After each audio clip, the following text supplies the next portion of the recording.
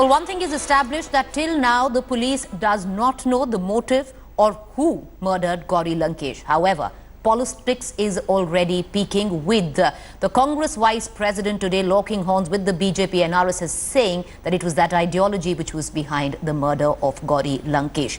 Could it be the fact that the state of Karnataka in just a month or two is heading for elections, and isn't our politicians doing the biggest disservice to Gauri Lankesh by already putting a motive before it's established? Anybody who speaks against the ideology of the BJP, against the ideology of the RSS, is pressured, beaten, attacked, and even killed. The idea is there should only be one voice in this country. Has Rahul Gandhi solved the murder of Gauri Lankesh? Has he got information that no one else has? Just hours after the fearless journalist was gunned down on her doorstep, the ugly agenda setting has started.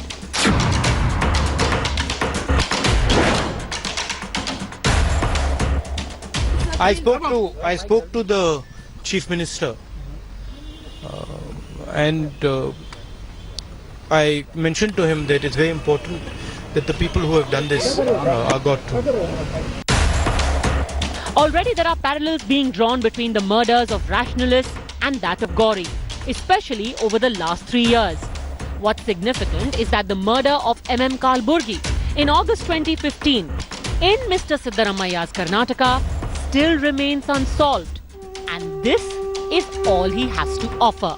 I have also instructed police people overall in the movement, in this progressive movement, and left-thinking people who are there, to give protection to them. Siddaramaiah वहां के मुख्यमंत्री और कर्नाटक सरकार कामयाब नहीं हुई। यानी कर्नाटक के आज के दिन में लॉ एंड ऑर्डर सिचुएशन, कानूनन सुव्यवस्था वो शिथिल हो चुकी है। The fact is, a heinous murder has taken place, and for justice to be done, should the man on whose watch the law became a joke not be held accountable? Or will that be drowned out in the din of ugly ideological politics? With Kamaljeet Sandhu in Delhi and Rohini Swami in Bengaluru, Bureau Report, India Today. There are certain questions that need to be asked. Will the Karnataka government now go beyond the lip service and do something? Will a CBI probe be ordered? The family has been wanting a CBI probe. Will that now finally, the case be handed over to the CBI? At a time when the police has absolutely no clue on who murdered, what was the motive of the murder? Isn't it too early to preempt a motive already, which our politicians are doing? And lastly, are journalists soft targets? Voices of dissent easily stifled. Sanjay, I want to come to you. Your vice president today went to national television stating very clearly that it is the ideology of the RSS, it is the BJP. Right from yesterday, when the news broke, leaders from your party are openly calling it an assassination. Why give it political color? Do you not reckon we might do this the biggest disservice by already politicizing this murder?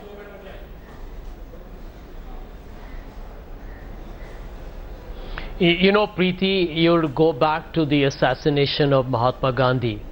Sardar Patel went on record to say that one of the principal reasons behind the killing of the father of the nation was the ideological hate, the climate of distrust and animosity that was created by the RSS. Now, end of day, who pulled the trigger? that the police will investigate, and I agree with you on that.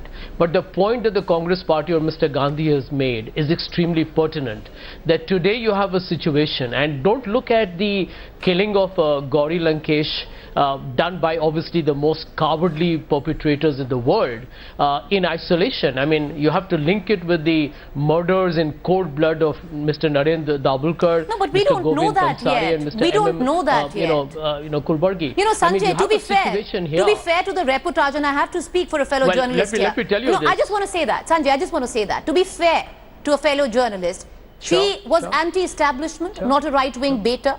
She's done many stories against the Siddaramaiah government as well.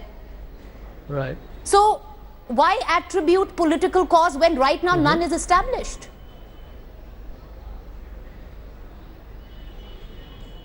Preeti, I think you need to focus on one very critical point, that all the persons who have been killed in absolutely the most brutal, ruthless manner, and I've mentioned all the 4 names, there is an organized conspiracy to kill them. They haven't happened, in a spontaneous burst of outrageous anger. Let me tell you, they have plotted it. It's done with a very devious plan. It's a diabolical plan. Think about it, that the killings have happened of people who have been against the real Hindutva ideology that is being promoted by organizations like the Sanathan Sanstha, where a gentleman was arrested and they found a common linkage. Now, Gauri Lankesh has been writing against Hindutva ideology. She has been speaking about, the Rohingya Muslim massacres in Myanmar. She has been talking about threats to her life. She went on record to say that the Modi Bhakts want to see her in jail. Now, there is enough manifestation here but for anyone to look at who would benefit from, killing her. No, Sanjay, let's not get into who would benefit from killing her. Nobody knows who's done that. And I think we do it the biggest disservice. Having said that, Mr. Jha, Sanjay, the fact is you're months away from election. You need this.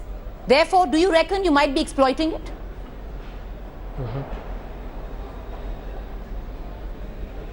Preeti, let me tell you, this is at the moment a matter of India's press freedom and at the end of the day, India's democracy itself. I am making a statement with full confidence here that India's democracy under Narendra Modi as the Prime Minister of India is clearly under a serious history stands testimony that it's a little rich coming from the Congress to quote democracy, to quote. There have been lots of whistleblowers who have been killed under your watch, under your governance. I can go through the figures from Rajasthan, from Maharashtra, when you had governments there. So let's not get into, let's not be holier than thou, because ultimately, exactly that it's a little rich coming from the Congress. Yes, respond. Well, let me tell you this, that what is happening over the last 3 years is absolutely a planned assault done in a matter subterranean, but this is an undeclared emergency in India. The corporate sector knows it, the media knows it, civil society knows it, and I think so do members of the opposition. I want to make one point, because Mr. Sinha, I'm glad, agreed that Gauri Lankesh's death was a political assassination.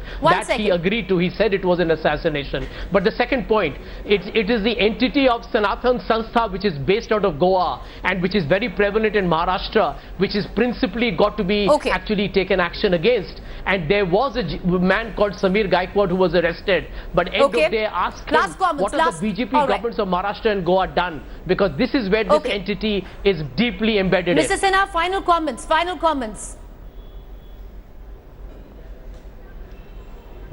There are 3 things. If Sanatan Sanstha has grown in Maharashtra, that was under the Congress regime. If anything, it has to do with the crimes and criminality. Second important thing that Sanjay Jha was raising, Kulburgi was killed during the Congress rule in Karnataka, and Dabhol was killed during the Congress rule, and Pansare was killed during the Congress rule. So why are you raising such questions which are related completely to the law and order, and law and order is a state subject? Question. India is not a unitary state. India is a federal state. Narendra Modi doesn't rule in Karnataka. Karnataka police is not governed by Narendra Modi. Karnataka police is governed by Karnataka's chief minister. You should accept the failure of the law and order in Karnataka. The whole culture of hate Karnataka government is not transferring case not recommending the case to CBI. Gauri Lankesh's murder has triggered a massive protest across the country from Delhi to Chennai. Journalists, activists have staged protest in Hyderabad, Bangalore, Gulbarga, Chennai and Delhi. Not just this, candlelight vigils were organized last evening itself in the city of Bangalore. Protests breaking out against continuous killings of journalists who have become the voice of dissent. The Press Club of India, the Press Association and the Indian Women Press Corps have condemned what they called a dastardly and outrageously armed attack.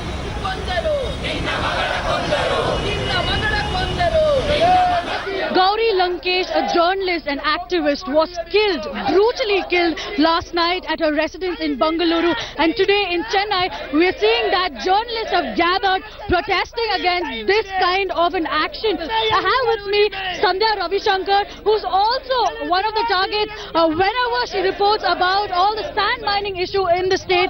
Sandhya, tell us, what is the kind of a scenario that we are facing right now? Well, it is an extremely dangerous situation. It is a situation of fear that journalists are working and operating in. Now, the danger has come to our doorstep. And, all of these days, we have only been, we've been abused and we've been attacked on social media. But now, danger, gunshots have come to our doorstep. And it is high time that journalists in the country stand united and ensure and demand, in fact, that the state governments, the central government, provide us with the complete right to freedom of speech and expression and allow us to carry out our duty with complete protection. Murder like this is not something that can be taken down. Well, what are the steps that you think should be taken right now? Well, the steps that need to be taken are, first of all, for the topmost leadership to advise calm and to tell his saffron terrorists to lay off people. I think that this is a very clear case of intimidation by the Hindutva on anybody who speaks out against hatred. Do you think that, the kind of scenario that is going on in social media is also against journalists and the freedom of press? Absolutely. Anybody who is a celebrity, anybody who is got to do with anything to have an opinion, you are in the media, you are in films, anything, you'll be trolled mercilessly. And people seem to have all kinds of, IT cell setups doing this trolling from morning to evening. They do it in shifts. And it is not just they, engage you in a debate or discussion. It is just base. Somebody has, the kind of thing that happened this morning itself is absolutely impossible to speak on regular television. All right, now Gauri Lankesh tweeted just before she was murdered. Her tweet where she was calling upon unity amongst journalists. This is what she tweeted hours before she was murdered. And today, journalists from across the country came together condemning her murder. Listen in. All right, let's listen in to my colleague Polumi right now at a protest site, getting in people who have taken to the street condemning Gauri's murder.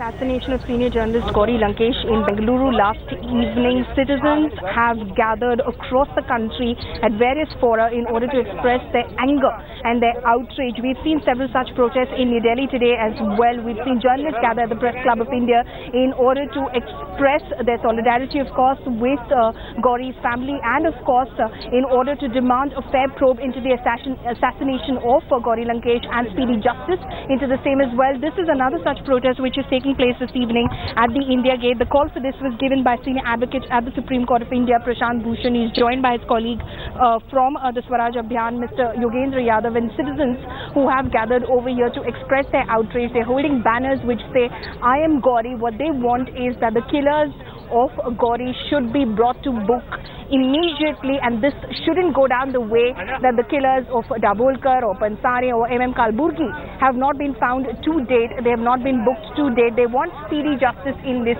matter. They, of course, are alluding to the fact that Gauri Lankesh was taking on the powers that be. She was speaking truth to power consistently. She believed in the power of dissent, and maybe because of the way that she was voicing opinions that may have not been favorable to a certain dispensation or to certain ideology, is because of which she was targeted. Of course, it is a matter of investigation because there are several angles that need to be probed. What everyone, including the journalist community to which Gauri Lankesh belonged, want is speedy justice in this matter. That Gauri Lankesh's brutal assassination needs to be probed in a fair and thorough and speedy manner in order to get to the bottom of this very unprecedented event which has taken place in Bengaluru last evening. With video journalist Himanshu Mishra, Paulami Saha in Delhi for India Today. All right, let's listen in to the journalist who came in today at the press club in the national capital. I think it's awful. I think it's dastardly. It's an assassination, very much like what was happening to the rationalists. There has to be an absolutely clear-cut investigation into this, and the people who are responsible have to be caught, arrested, and a lesson made of them. And in fact, not just this murder, but even the murders that have not been solved earlier, which were also political murders, we believe, as journalists, have to be resolved. I think we've reached a point of no return. Hired killers have come and shot dead a journalist who speaks her mind. I think a real line has been crossed. I think this is a wake-up call. I think every big media house now needs to wake up. We need to create a database by which even a stringer in a small town can log on to that database and say that I'm getting threats, I'm getting a death threat, I want protection. Why are politicians speaking? This is not a forum for politicians. This is a forum for journalists to rise, for journalists to speak, and I would have liked to see some pro-government journalists also, some pro-government right-wing journalists also here, also attacking this, because this has happened to a journalist. It's not happened to a politician. Come down to. That's what I'm. Journalism. It's about journalists and journalism. It's not about right-wing and left-wing and this camp and that camp and nationalist and anti-national. All journalists need to stand up and need to be here and need to condemn this attack.